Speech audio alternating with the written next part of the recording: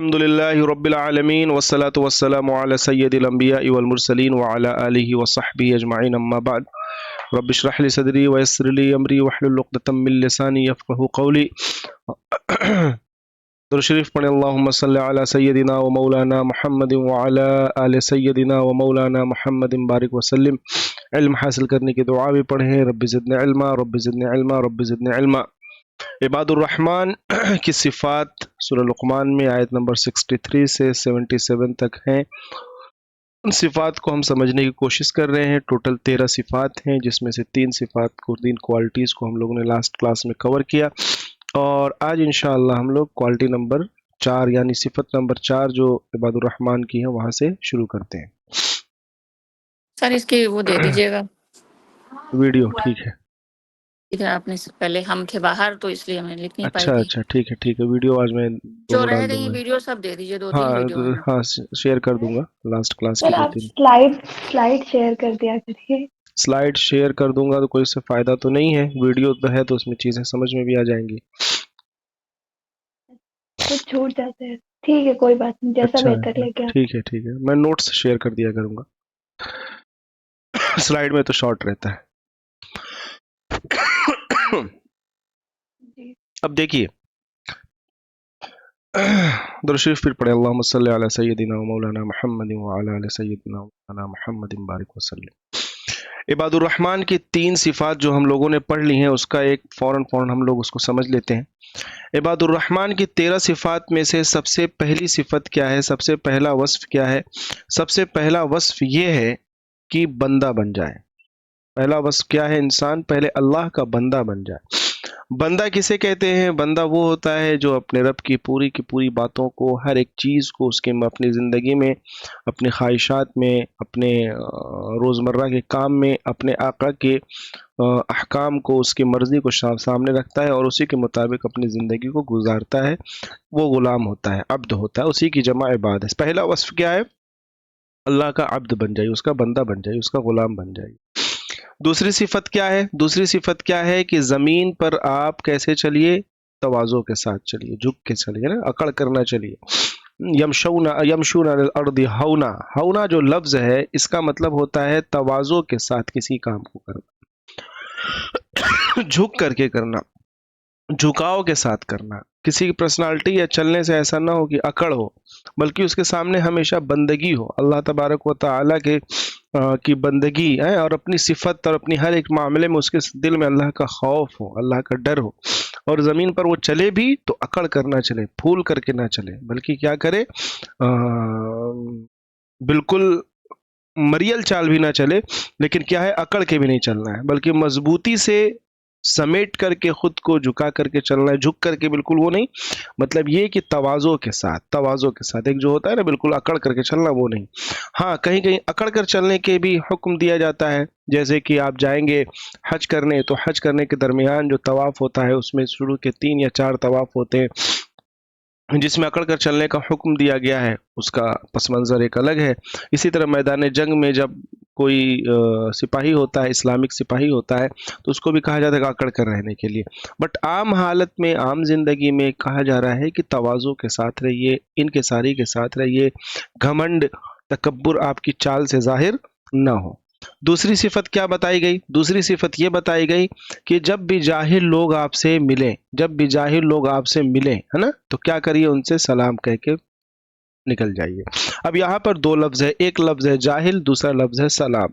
جاہل کا مطلب کیا؟ یہاں پہ جاہل کا مطلب جاہل نہیں ہے، مطلب یہاں پر یہ ہے کہ جو کوئی آپ کے ساتھ جہالت کرے، ہے نا، ایسا نہیں آپ کہہ سکتے کہ کوئی جاہل ہے، کوئی پڑھا لکھا ہے، نہیں، پڑھے لکھے لوگ بھی جاہلانہ حرکت کرتے ہیں، یاد رکھیے گا نا۔ غصہ کوئی کر رہا ہے جاہلانہ حرکت ہے، غیبت کر رہا ہے جاہلانہ حرکت ہے، آپ سے زبردستی کوئی لڑ رہا ہے، مومن کی عزت اچھال رہا ہے، جاہلانہ حرکت ہے۔ آپ کتنے بھی پڑھے لکھے ہیں، سب کچھ ہے، ٹھیک ہے، وہ پڑھائی لکھائی آپ کی قبول ایکسیپٹڈ ہے، بٹ آپ کی جو وہ حرکت اس ٹائم ہو رہی ہے وہ جاہلانہ ہے۔ تو اس جاہلانہ حرکت، جب بھی جاہلانہ حرکت کوئی آپ کے ساتھ کرے، ایسا نہیں کہ کوئی بھی آپ کو لگ رہا ہے کہ نہیں یہ تو جاہل ہے، یہ تو میرے نظریے سے پڑھا لکھا نہیں ہے، اس کے پاس کوئی ڈگری نہیں ہے، تو یہ چیز ڈگری وغیرہ یا مراد نہیں ہے۔ جاہلوں والی حرکت یعنی وہ حرکت جس سے ظاہر ہو کہ آپ بالکل تعلیم سے ادب سے دو کوسوں دور ہیں اور آپ کو مینر نہیں پتہ ہے، تو ان لوگوں کو کیا کرنا ہے؟ سلام سے مطلب کیا ہے؟ السلام علیکم ورحمۃ اللہ نہیں کرنا ہے، یہ بھی مطلب ہے، بٹ یہاں مراد یہ ہے کہ ان سے کوئی ایسی چیزیں نہ کرے کہ آپ بھی جاہلانہ حرکت کرنے لگے، بلکہ وہ آپ سے لگے تو آپ کیا کیجئے، آپ ان کے شر سے بچنے کے لیے خاموش رہیے، آپ ان کے شر سے بچنے کے لیے کیا کریے، آپ ان کے شر سے بچنے کے لیے خاموش رہیے، اور ان سے آپ کے ذریعے سے ان کو ایزا نہ پہنچے، آپ بھی واپس بدلے میں اینٹ کا جواب پتھر سے نہ دے دیجئے بلکہ درگزر کیجئے، ہے نا؟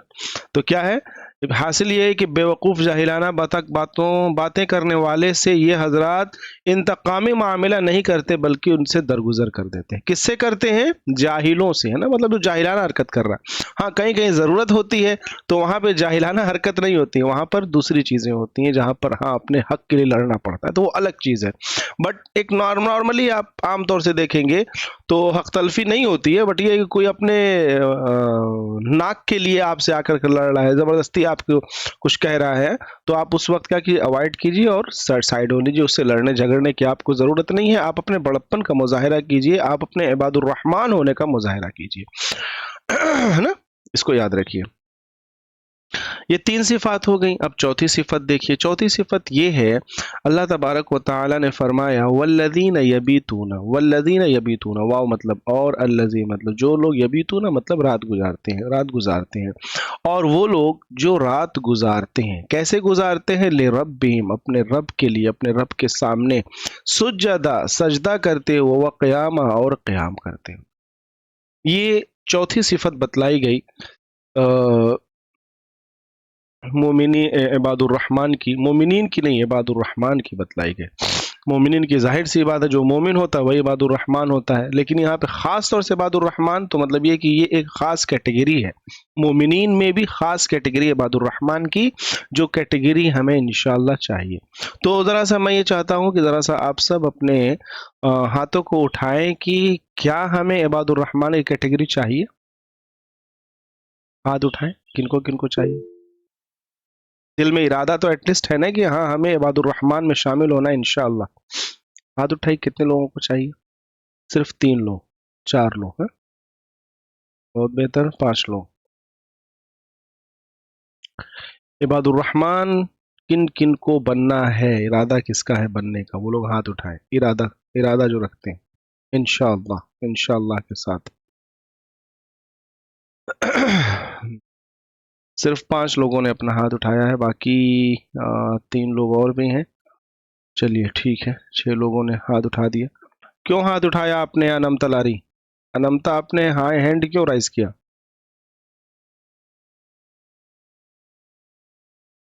انمتا آپ نے ہینڈ رائز کیوں کیا بتائیے؟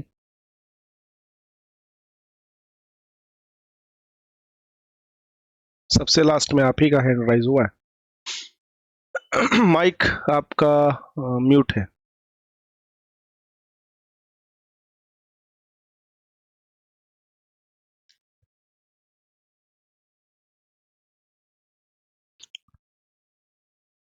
ٹھیک ہے،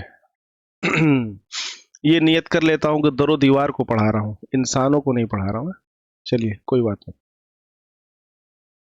والذین یبیتون لربہم سجدا وقیاما، اور وہ لوگ جو راتوں کو کاٹتے ہیں کیسے؟ سجدہ کرتے ہوئے اور قیام کرتے ہوئے، کھڑے ہو کر کے۔ چوتھی صفت کیا ہے؟ چوتھی صفت یہ ہے نماز تہجد۔ عباد الرحمن یعنی جو ہمیں بننا ہے انشاءاللہ، اگر ہمیں وہ بننا ہے تو ہمیں یہ کوالٹی اپنے اندر لانی ہوں گی، اور یہ جو کوالٹی ہم اپنے اندر لانا چاہتے ہیں وہ کوالٹیز کون سی ہیں وہ ہم ڈسکس کر رہے ہیں۔ تو چوتھی صفت یہ ہے، اگر آپ عباد الرحمن بننا چاہتے ہیں تو آپ نماز تہجد کی بھی پابندی شروع کریں۔ نماز تہجد کیوں کہا گیا بھائی؟ نماز تہجد اس لیے کہا گیا کہ اس میں خاص مشقت ہے، خاص ایک مشقت ہے، یعنی رات میں اٹھنا ہے، نیند آتی رہتی ہے، نیند کو قربان کرنا ہے، وضو بنانا ہے، ٹھنڈک ہے تو اور زیادہ مشقت ہے کہ ٹھنڈے ٹھنڈے پانی سے وضو بنانا ہے، گرم گرم بستر چھوڑنا ہے۔ اور دوسری چیز کیا ہے؟ ریا اور نمود بھی نہیں ہے، مطلب یہ کہ ایسا بھی نہیں ہے، یہاں پہ ریا نمود کے خطرات بھی نہیں ہے کہ کوئی دیکھے گا تو کیا کہے گا، کوئی دیکھ لے مجھے تو اچھا سمجھنے لگے وغیرہ، کیونکہ سب تو سو رہے، کسی کو دکھانا مقصود ہوتا نہیں ہے، اور کوئی بھی عبادت جو ہوتی ہے اس میں دکھانا نیت نہیں ہونی چاہیے دکھانے کی۔ تو کیا چیز ہے؟ خاص مشقت ہے، اور ریا نمود وغیرہ سے نماز تہجد نہیں بچی ہوئی ہے۔ تو شب بیداری کے لیے خاص خصوصیت کے ساتھ اس لیے ذکر کیا گیا ہے کہ یہ وقت سونے اور آرام کرنے کا ہے، اس میں نماز و عبادت کے لیے کھڑا ہونا خاص مشقت بھی ہے، اور اس میں زیادہ نمود کے خطرات بھی نہیں ہے نا، ریا نمود کے خطرات۔ تو مطلب یہ کہ خاص ایک مشقت اس میں ہے، اور دوسری چیز یہ ہے کہ آپ اگر اس وقت اٹھیں گے تو صرف اور صرف اللہ کے لیے اٹھیں گے، کیونکہ اللہ کے علاوہ کوئی اور ہے ہی نہیں آپ کو دیکھنے والا، عام حالت میں عام حالت میں آپ کو کوئی دیکھنے والا ہے ہی نہیں، تو ریا نمود وغیرہ سے انسان بچا رہتا ہے۔ ریا کا مطلب ہوتا ہے دکھاوا، نمود کا مطلب نام ہونا۔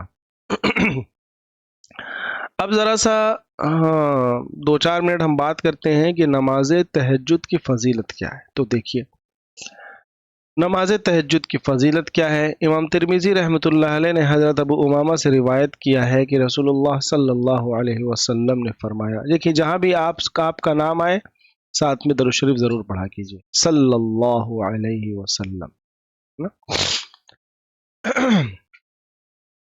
تو کیا فرمایا؟ فرمایا کہ قیام اللیل یعنی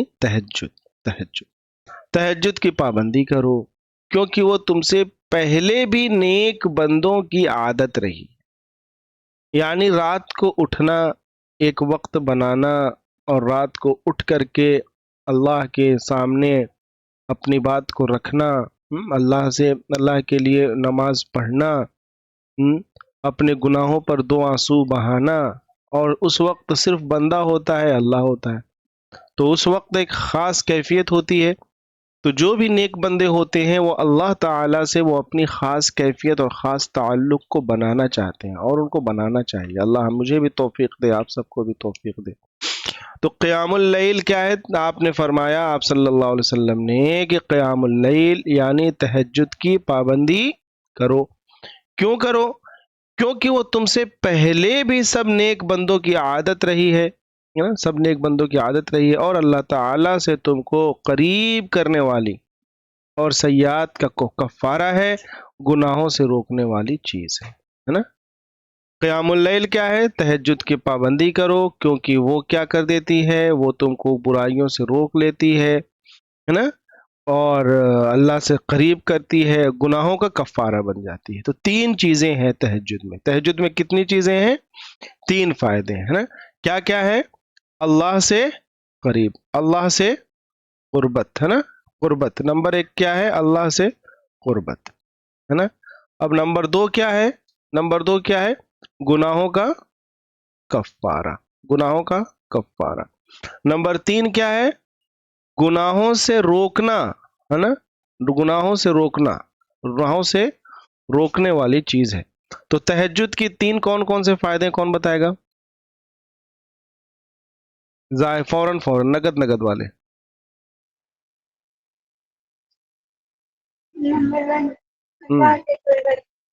جی نمبر 1 کیا ہے؟ نمبر 1 اللہ تعالیٰ کی قرب حاصل کرنا۔ مائک نہیں پراپر آواز آئی۔ نمبر 1 کیا بتایا آپ نے؟ اللہ تعالیٰ کی قرب حاصل کرنا، ٹھیک ہے۔ قربت۔ نمبر 2 کفارہ، فارا کفارہ کس چیز کا؟ گناہوں کا، گناہوں کا۔ گناہوں کا کفارہ، یعنی اللہ تعالیٰ اس سے کیا کرتے ہیں؟ گناہ کو اس کے ذریعے سے مٹاتے ہیں ہے نا۔ اور کیا ہے؟ گناہوں سے رکنا، برائی سے رکنا۔ ہاں، ایک تو یہ کہ جو گناہ ہو گئے تہجد کے ذریعے سے وہ مٹتے بھی ہیں، دوسرا یہ کہ گناہ سے انسان رکنے والا ہو جاتا ہے، ایسی طبیعت تہجد کی وجہ سے اللہ تبارک و تعالیٰ اس کے اندر پیدا کر دیتے ہیں۔ ٹھیک ہے، آگے دیکھیے تہجد کی فضیلت ایک اور دیکھ لیجئے کیا ہے۔ حضرت عثمان غنی رضی اللہ تعالی عنہ سے روایت ہے کہ رسول اللہ صلی اللہ علیہ وسلم نے فرمایا، کیا فرمایا؟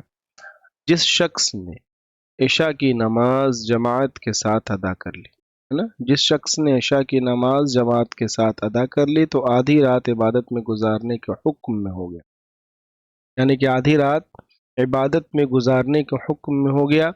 اور جس نے صبح کی نماز یعنی فجر کی نماز جماعت سے ادا کر لی تو باقی آدھی رات بھی عبادت میں گزارنے والا سمجھا جائے گا، ہے نا، یہ مرد حضرات کے لیے۔ ٹھیک ہے، تو عباد الرحمن کی چوتھی صفت کیا ہوئی؟ کون بتائے گا عباد الرحمن کی چوتھی صفت؟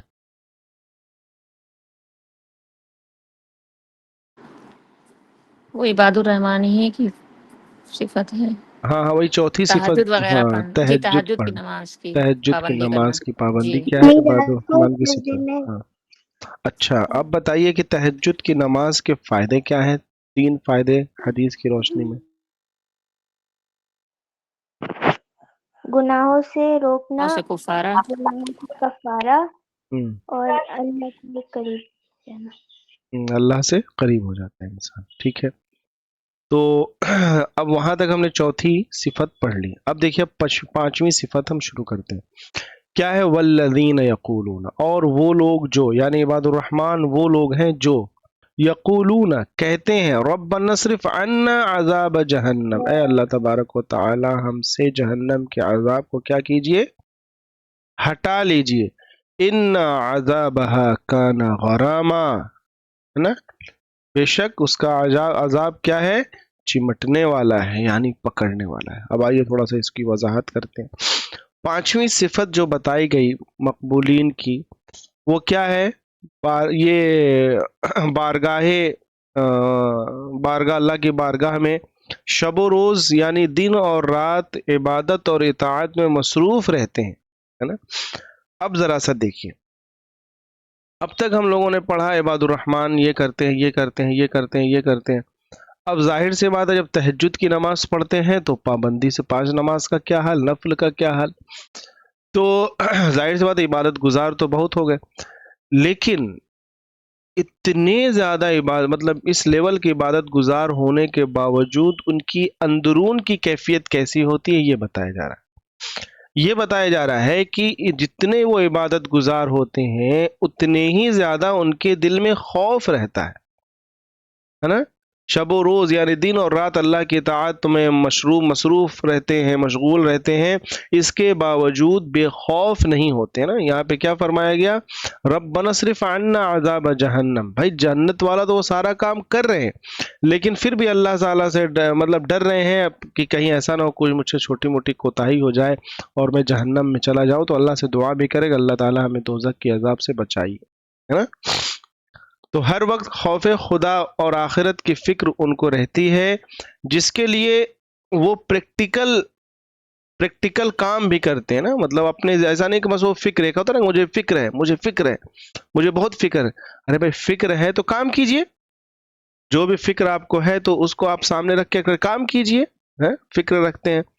ایسا تھوڑی فکر ہے کہ بس ہم کو فکر ہے، ارے ہمیں آپ کی بہت فکر ہے، ہمیں آپ کی ارے بھائی آپ کو میری بہت فکر ہے تو آپ میرے لیے کام کر دیجئے میرے مطابق، ہے نا۔ تو وہی چیز ہے کہ ایسا نہیں کہ وہ صرف فکر رکھتے بلکہ کیا اس کے لیے پریکٹیکل کوشش بھی کرتے ہیں، جیسا کہ ہم لوگوں نے دیکھا، کیا دیکھا؟ تہجد پڑھتے ہیں، درگزر کرتے ہیں، زمین پر جو ہے وہ بالکل اکڑ کر نہیں چلتے، تواضع کے ساتھ چلتے ہیں، اللہ سے دعائیں کرتے رہتے ہیں۔ تو ایسے لوگ کون ہیں؟ یہ عباد الرحمن ہے۔ پانچویں صفت کیا ہے؟ اللہ تبارک و تعالی سے پناہ مانگنا، مغفرت طلب کرنا، جہنم سے پناہ مانگنا، یہ عباد الرحمن کی پانچویں صفت ہے۔ یہ نہیں کہ اب ہم بہت بڑے عبادت گزار ہو گئے، ہم تو عباد الرحمن والا کام کر رہے ہیں۔ آپ نہیں جانتے کہ آپ جو عباد الرحمن والا کام کر رہے ہیں تو وہ واقعتاً عباد الرحمن والا کام ہو بھی پا رہا ہے کہ نہیں ہو پا رہا ہے، اور نمبر 2 اگر ہو بھی رہا ہے تو پتہ نہیں وہ اعمال کا تعلق کہاں سے ہے، دل سے ہے، ہماری نیت میں کیا فطور ہے، کیا چیز ہے، اور ہم یہ سمجھیں کہ نہیں ہم تو کر رہے ہیں تو بہت بڑی، پتہ نہیں وہ چیز ہماری قبول بھی ہو رہی ہے کہ نہیں ہو رہی ہے۔ سوچنے کی بات ہے، فکر کرنے کی بات ہے۔ لہذا کیا ہے؟ لہذا بات یہی ہے کہ انسان کتنا بھی عمل کرنے والا ہو جائے، کتنا بھی بڑا عامل اور عابد کیوں نہ ہو جائے، اللہ کا ڈر اس کے دل میں ہمیشہ ہونا چاہیے. یہ ایمان والے کی علامت ہے.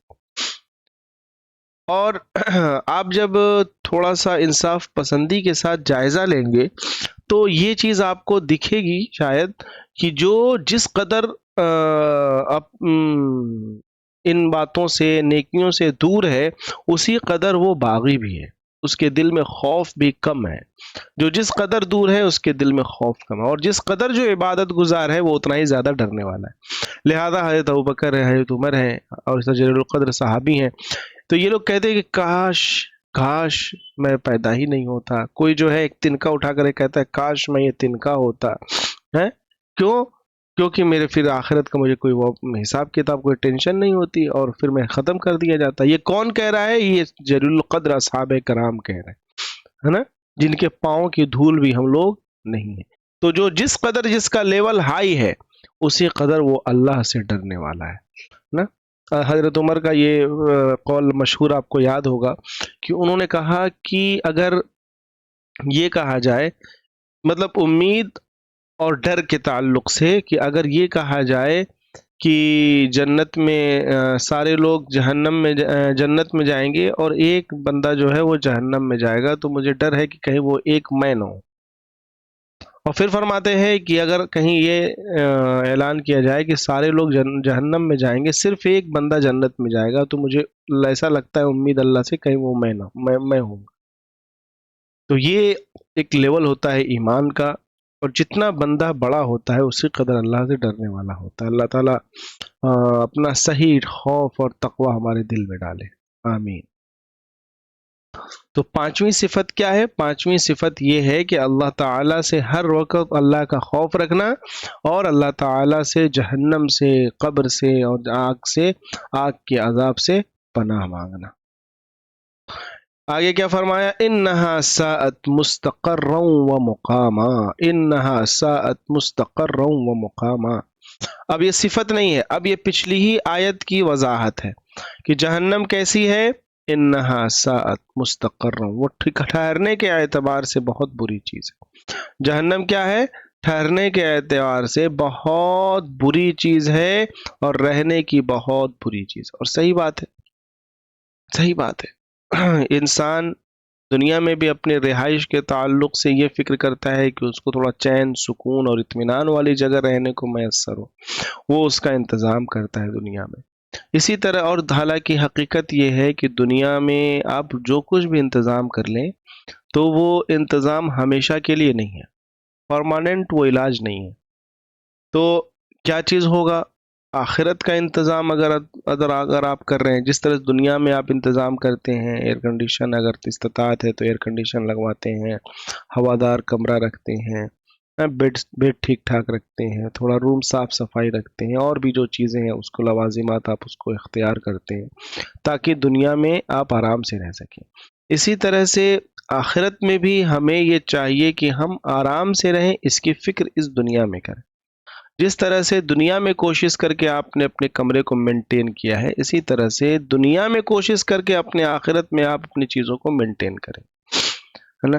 دنیا میں جا کر کے آپ کو ایک بلب اپنے کمرے میں لگانا ہوتا ہے تو آپ مارکیٹ جاتے ہیں اور پھر وہاں جا کر کے بلب کو پرچیز کرتے ہیں اور پھر اس کے بعد اس کو کمرے میں لگاتے ہیں. اسی طرح سے آخرت میں بھی اگر آپ کو اپنی جنت میں ڈیکوریٹ کرنا ہے، جنت پانا ہے، جنت میں اعلیٰ مقام حاصل کرنا ہے، تو پھر کیا ہے، دنیا میں اس کی قیمت بھیجنی پڑے گی. اس کی قیمت یہی سب ہے، نیک عمل ہے، اللہ کو راضی کرنے والے اعمال ہے، اللہ کا ڈر، اس کا خوف ہے، عباد الرحمن کی خصوصیات کو اپنے اندر پیدا کرنا ہے نا. اور یہاں ڈرایا گیا کہ جہنم سے پناہ مانگتے ہیں وہ لوگ، اور وہ کیوں مانگتے ہیں؟ انہا ساعت مستقرا و مقاما، کیونکہ جہنم تو صحیح معنی میں ٹھہرنے کی جگہ ہے ہی نہیں، بہت بری جگہ ہے، بہت بری جگہ ہے، جہاں پر ہمیشہ تکلیف ہے، ہمیشہ تکلیف ہے. ہر طرح سے تکلیف جہنم میں ملنے والی ہے، ہر طرح سے تکلیف جہنم میں کیا ہے؟ ملنے والی ہے. تو یہ چیزیں جو ہے ہم لوگوں کو اللہ تبارک و تعالیٰ سے دعا کرنی چاہیے کہ اللہ تبارک و تعالیٰ ان چیزوں کو کرنے والا بنائے اور جہنم سے پناہ ہمیشہ مانگنی چاہیے، اس لیے کہ جہنم میں آپ کو چین ہے ہی نہیں، آپ کو بالکل ایسی زبردست طریقے سے گرم کی ہوئی آگ ہے جس کو آپ تصور نہیں کر سکتے۔ اس طرح سے آپ کا جو پیاس لگے گی، آپ کو کھانا ہے تو جو ہے وہ کھانا کیا ہے، وہ بالکل زقوم ہے، درخت کا جو مطلب جس کی نہایت بدبودار اور نہایت سخت اور عجیب ذائقے والا ایک پھل ملے گا، اس کو کھائیے۔ اسی طرح سے کانٹے رہیں گے، ببول کے کانٹے، اور اسی طرح سے آپ کو پانی پینا ہے تو پیجئے، مواد پیجئے اس طرح سے، اور کھولتا ہوا پانی جس کو پینا خود ایک عذاب ہے۔ تو یہ سب چیزیں ہیں جہنم میں۔ اللہ تبارک و تعالی ہمیں جہنم سے بچائے رکھے۔ جہنم کا ایک سیکنڈ بھی کوئی برداشت نہیں کر سکتا، وہاں موت نہیں آئے گی، انسان وہاں صحیح سلام وہ ٹھیک رہے گا، مطلب مرے گا نہیں، مطلب یہ کہ ایسا روح قبض نہیں ہوگی، وہ تکلیف کو برداشت کرنا ہی پڑے گا آپ کو، تو نہایت سخت جگہ۔ اور اس کے لیے ہمیشہ اللہ سے دعا کرنا چاہیے۔ میں پھر ابھی دعا کر رہا ہوں اللہ تبارک و تعالی سے کہ اللہ تبارک و تعالی ہمیں اور آپ سب کو اور تمام امت مسلمہ کو جہنم کی سختی اور قبر کی سختی اور قبر کے عذاب، جہنم کے عذاب سے حفاظت فرمائے۔ ٹھیک ہے، اب دیکھیے آگے، دیکھیے کیا ہے، والذین اذا انفقوا، اور وہ لوگ جو اذا انفقوا جب خرچ کرتے ہیں تو کیسے کرتے ہیں، لم یسرفوا اس میں اسراف نہیں کرتے ہیں، ولم یقتروا اور اس میں کیا ہے کنجوسی نہیں کرتے، تنگی نہیں کرتے، وکان بین ذلک اور وہ ان دونوں کے درمیان ایک سیدھی راہ اختیار کرتے ہیں۔ تو عباد الرحمن کے تعلق سے دیکھیے ایک اور کوالٹی بتائی گئی ان کے پرسنل لائف کے تعلق سے۔ پرسنل لائف کا تعلق کیا ہے، وہ صفت کیا ہے جو ہمیں اپنے اندر پیدا کرنی ہے، وہ صفت یہ ہے کہ جب وہ خرچ کرنے لگتے ہیں تو نہ بہت زیادہ اڑاتے ہیں، ایسا نہیں کہ پیسہ ملا اڑائے جا رہے ہیں، اور نہ بالکل تنگی کرتے ہیں کہ مجھے خرچ کرنا ہے، ہم پیسہ بچا بچا کے گن کر رکھتے نہیں، حسب ضرورت پیسہ کو خرچ کرتے ہیں، بلا ضرورت پیسے کو خرچ نہیں کرتے۔ مطلب ضرورت کے وقت جہاں پہ بھی اگر ضرورت پڑ گئی، مثال کے طور پر آپ کو کہیں جانا ہے، آپ کو سواری کی ضرورت ہے اور دھوپ ہے، آپ کے پاس پیسے بھی ہیں، آپ کر بھی سکتے ہیں، تو بہتر ہے کہ آپ سواری کر لیجئے اور جائیے، تو وہاں پہ آپ کو ضرورت ہے، آپ کر سکتے ہیں۔ اب کوئی پیسہ بچانے کے لیے بالکل ہم سواری میں نہیں جائیں گے، پیدل بھی تو جا سکتے ہیں، 2 ہی کلومیٹر تو ہے وغیرہ وغیرہ، ٹھیک ہے چلے جائیے، چلے جانا چاہیے، لیکن اگر استطاعت ہے جانے کی تو آپ تھوڑی سی سواری کر لیجئے۔ کیونکہ وہاں ضرورت محسوس ہو رہی ہے، بالکل دھوپ ہے، بدلی رہے، موسم اچھا رہے تو بالکل چلنا چاہیے صحت کے لیے، لیکن دھوپ ہے، سختی ہے، بچے چھوٹے چھوٹے ہیں، اور بھی خواتین حضرات ہیں جو شاید مشقت میں آ جائیں گے، تو بہتر ہے کہ آپ وہاں خرچ کیجئے، ضرورت ہے۔ لیکن اب بغیر ضرورت کے آپ بالکل جو ہے ہر جگہ سواری ہی پہ سوار رہ رہے ہیں، زمین پہ چل ہی نہیں رہے، تو یہ بھی نہیں ہے، درمیان کی راہ کو اختیار کرنا ہے اپنے پیسے کو خرچ کرنے میں۔ تو یہ جو چھٹی صفت بتائی گئی ہے، 6 صفت جو ہے، چھٹی صفت جو ہے جو بتائی گئی اللہ تبارک و تعالی کی، وہ چھٹی صفت یہ ہے کہ اللہ کے مقبول بندے مال کو خرچ کرتے وقت، یہ بہت اہم ہے، یہ دیکھیے یہ جو پیمانہ بتایا گیا نا درمیانی راہ کا، یہی اسلام ہے اصل۔ یعنی ایسا نہیں کہ آپ کسی چیز میں بالکل آگے نکل جائیں یا کسی چیز میں نیچے چلے جائیں، نہیں، بیچ کی راہ کو اختیار کرنا ہوگا آپ کو، یہی اسلام ہے۔ تو کیا ان کی کیا بات بتائی گئی، ان کی بات یہ بتائی گئی کہ نہ بالکل پیسے کو اڑاتے ہیں، ضرورت کے تحت خرچ بھی کرتے ہیں، اور نہ ایسا ہے کہ جہاں ضرورت ہو وہاں بالکل جو ہے کس کے پوٹری میں باندھنے کے، نہیں پیسہ خرچ ہو جائے گا، بخل کرتے ہیں، تو یہ بھی نہیں کرنا چاہیے۔ پیسہ خرچ کرنے والی چیز ہے، اگر اللہ نے استطاعت دی ہے تو آپ اس کے ذریعے سے اپنی ضروریات زندگی کو پورا کیجئے۔ سب کی اپنی اپنی استطاعت ہے، اپنے لیول کے اعتبار سے آپ پورا کیجئے، ضروری نہیں ہے کہ بالکل، ہاں اب یہ ہے کہ بالکل آپ اس کو اڑانے لگیں، گلچھرے اڑانے لگے جس کو کہا جاتا ہے، پیسے کی فضول خرچی کرنے لگے، تو یہ بھی چیز صحیح نہیں۔ تو یہ سمجھ میں آ گیا نا چھٹی صفت کیا ہے؟ 6 صفت ہم لوگوں نے پڑھ لی۔ جی اچھا ابھی 10 منٹ بچا ہے، آئیے 1-2 صفت اور پڑھتے ہیں۔ دیکھیے کیا ہے، والذین لا يدعون مع اللہ الہ آخر، وہ جو عباد الرحمن ہیں وہ کون لوگ ہیں، وہ لوگ وہ ہیں جو اللہ کے ساتھ کسی اور کو نہیں پکارتے ہیں۔ ہے نا، ولا یقتلون النفس التي حرم اللہ الا بالحق، اور وہ کسی کو قتل نہیں کرتے، کسی جان کو نہیں جان بوجھ کر نہیں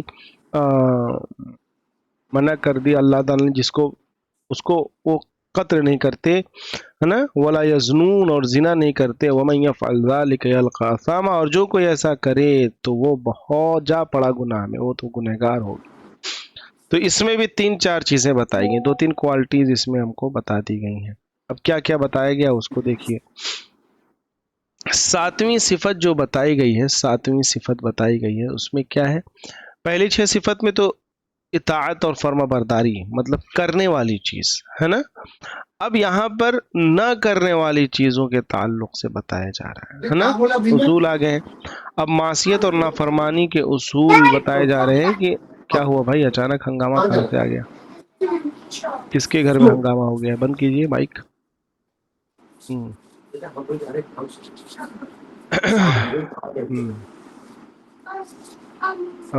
رانا پروین، آپ کا ہنگامہ یہاں تک سب لوگ سن رہے ہیں۔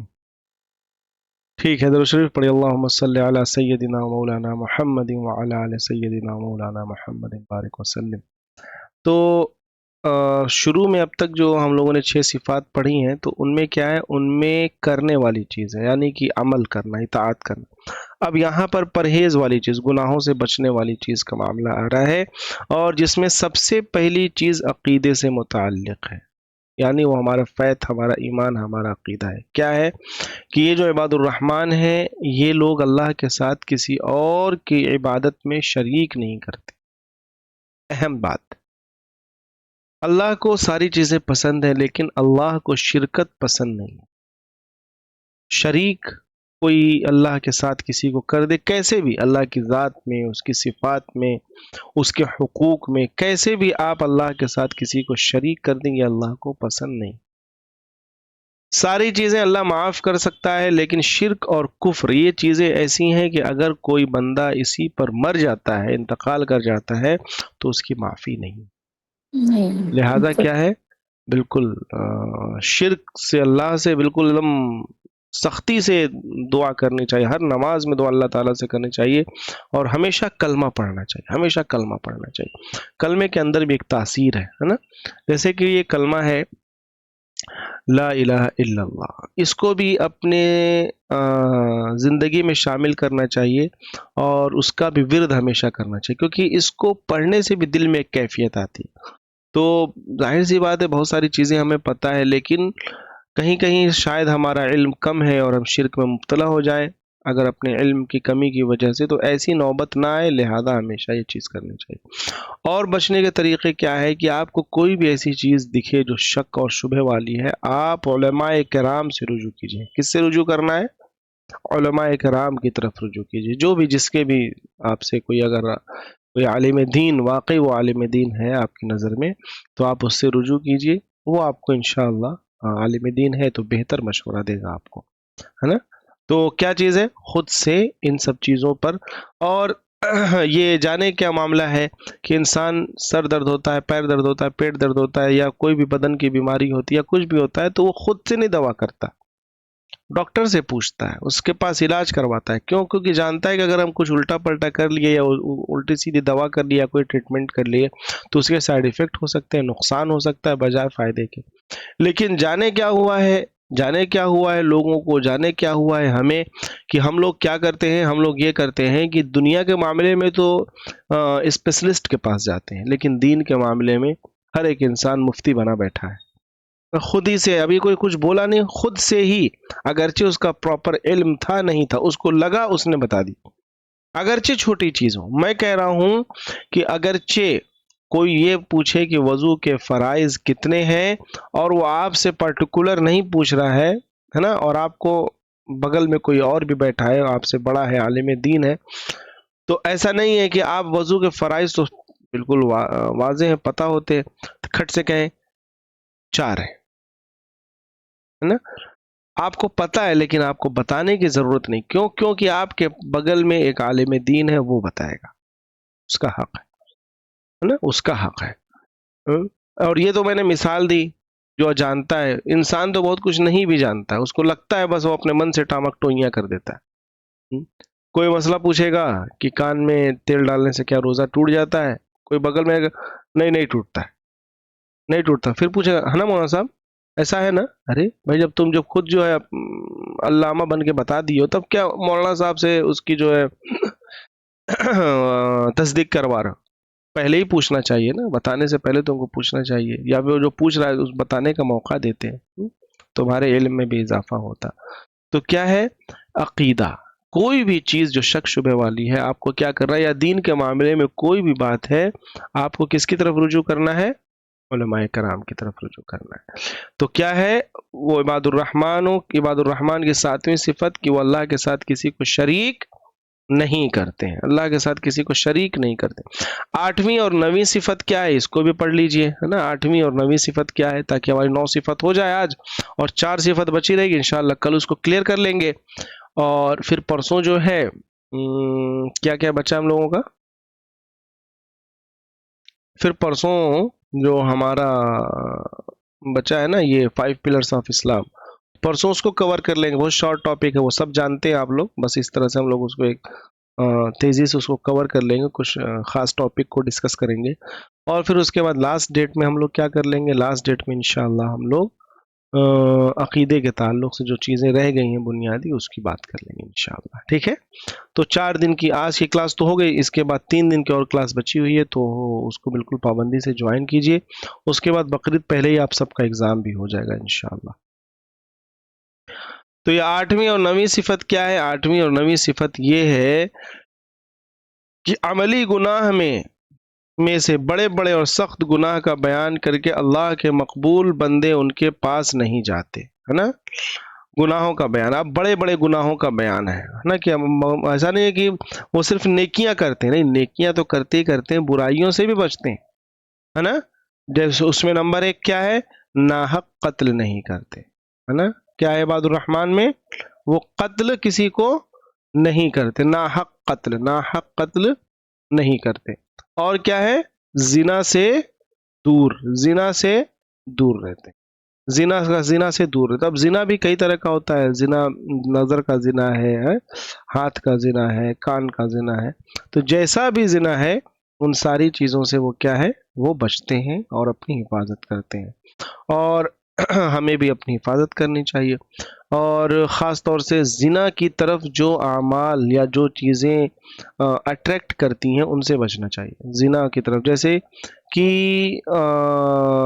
خاص طور سے آپ سب مستورات ہیں تو میں آپ سے کہنا چاہوں گا, اور جو ہماری بچیاں ہیں ان سے میں کہنا چاہوں گا, بہنوں سے کہنا چاہوں گا کہ دیکھیے کوئی بھی ایسا عمل نہیں کرنا چاہیے جس سے نامحرم آپ کی طرف اٹریکٹ ہو, ہے نا. کوئی ایسی خوشبو کا استعمال نہیں کرنا چاہیے, خاص طور سے پبلک پلیس میں اگر آپ جا رہی ہیں, شادیوں میں جا رہی ہیں, کہ جس سے کہ ہاں صرف عورتیں ہیں تو کوئی بات نہیں, اگر کسی ایسی شادی میں جہاں پہ بالکل عورتوں کا انتظام الگ ہے, وہاں کوئی مرد نہیں آ سکتا ہے تو اچھی بات ہے. لیکن عام طور سے اب اچھے گھروں میں یہ حال ہو گیا ہے کہ معاملہ یہ ہوتا ہے کہ اگرچہ عام مرد تو نہیں جاتے لیکن خاص مرد جاتے ہیں جو آپ کے لیے تو نامحرم ہے.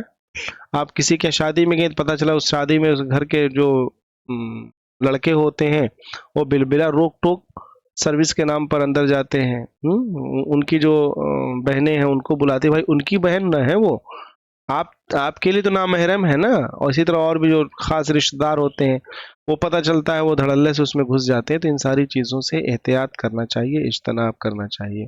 تو کوئی بھی ایسا عمل جس سے کوئی نامحرم آپ کی طرف اٹریکٹ ہو, زنا کی دعوت ہی سمجھیے اس کو, یہ نہیں کرنا چاہیے. چاہے وہ خوشبو ہو, چاہے وہ کوئی بناؤ سنگار ہو, چاہے وہ A to Z کچھ بھی ہو. ہاں جو شادی شدہ ہیں تو ان کے لیے تو ضروری ہے کہ وہ اپنے بناؤ سنگار اور خوشبو اور جو بھی چیزیں اچھا بننے کا التزام کریں, کس کے لیے, اپنی شوہر کے لیے, ہے نا, اپنے شوہر کے لیے. تو ناحق قتل اور زنا سے دور رہتے ہیں. یہ 2 باتیں اور بتائی گئیں. بچنے والی 3 باتیں تھیں, کون کون سی. نمبر 1 یہ کہ اللہ کے ساتھ کسی کو شریک نہیں کرتے. نمبر 2 ناحق قتل نہیں کرتے. نمبر 3 زنا کے بھی قریب نہیں جاتے, ہے نا. اب یہاں سے یہاں تک کون پڑھے گا, یہاں سے یہ یہاں سے پڑھیے، یہاں سے کون پڑھ دے گا؟ یہ 3 عقیدہ اور عمل کے بڑے گناہ بیان فرمانے کے بعد پڑھ دیجئے، اردو جہاں نہیں آئے گا میں بتاؤں گا.